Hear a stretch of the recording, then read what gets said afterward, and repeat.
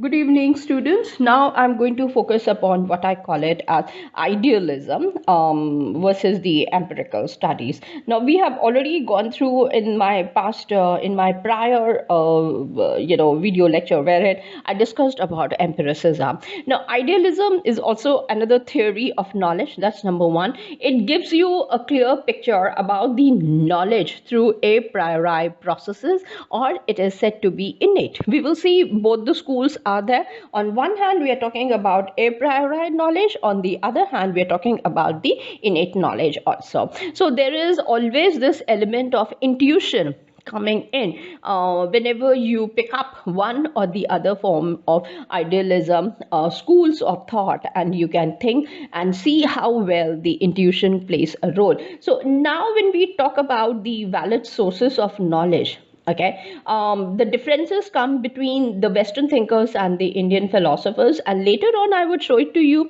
as to what those differences are. However, here you can find it out that definitely yes, element of intuition is present. Now how do you categorize it? Is it the case that intuition is also a valid source of knowledge? Now that is again something that we need to raise a question and try to understand. Now the third point would be, now the entire idealism, there is a role of human mind which plays a very important place, I would say. Now here you would say that any of the idealists you pick up, like Kant, I have given you this example, Kant's theory of transcendental idealism. Now if you pick up his book Critique of Pure Reason, the way he has charted out the entire analysis or the mapping of the entire process where the human mind is concerned, and I have particularly focused myself, and till date I'm unable to complete those 3 4 5 chapters from Kant's book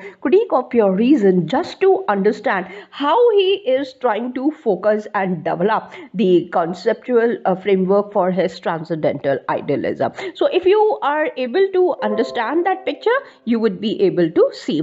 Now apart from that, one more thing that you need to understand is, it exists independently of the mind.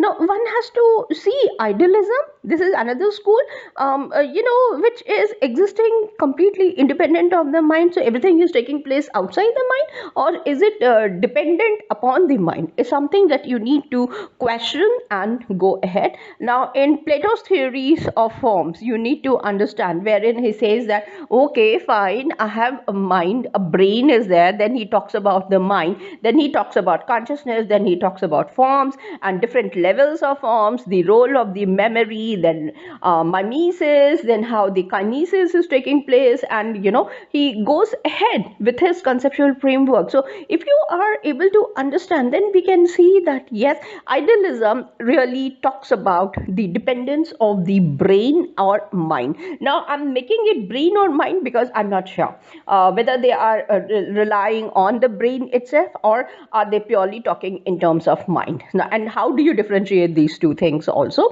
is important. Now one more thing that we need to remember is that reality is in some way indistinguishable or inseparable from human understanding or perception, I would say. Now idealism school of thought really talks about all these things. Now for them, reality is equals to human understanding plus perception. Now where does the perception start off? Now if you dwell into their works, you are able to understand that it is not just the perception. They're talking about human understanding plus perception, plus I would say observations plus the sensory experiences. Whether these pluses come in within the brackets or without the brackets is something that we need to understand more. And one more thing that I would like to introduce out here is that there are different forms of idealism, like subjective idealism, then we have got transcendental idealism, objective idealism, absolute idealism, actual idealism, and then comes what we call it as the pluralistic idealism.